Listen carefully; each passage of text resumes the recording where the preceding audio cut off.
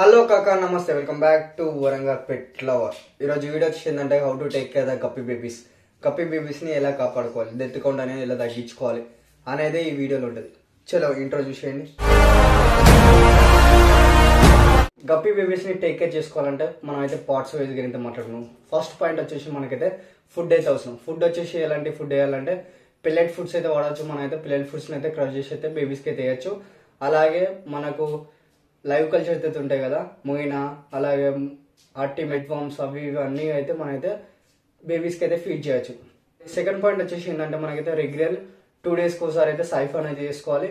అదే సైఫాన్ చేసుకున్నప్పుడు అయితే మనమైతే వాటర్ అయితే చేంజ్ అయితే చేయవలసి ఉంటుంది. కంపల్సరీగా 50% వాటర్ అయితే చేంజ్ చేయాలి. థర్డ్ పాయింట్ వచ్చేసి ఏంటంటే మనకైతే బేబీస్కి అయితే పెద్ద ట్యాంకులలో అయితే వేయాలి మనం అయితే, ఎందుకంటే స్పేస్ ఎక్కువ ఉంటే అవి అయితే తొందరగా గ్రోత్ అయితే పెరుగుతాయి. అలాగే మీరు ఇలాగే పాటించాలంటే మీ డెత్ కౌంట్ అనేది అయితే చాలా తగ్గుతుంది.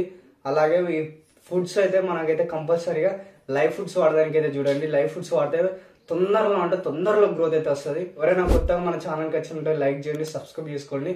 మరిన్ని కొత్త వీడియోస్ కోసం డూ సబ్స్క్రైబ్. ఎలాంటి ఫిష్ గురించి డీటెయిల్స్ కావాలనుకున్నా కానీ నాకైతే కామెంట్ అయితే చేయండి, నేనైతే వీడియో చేసి అయితే పెడతా.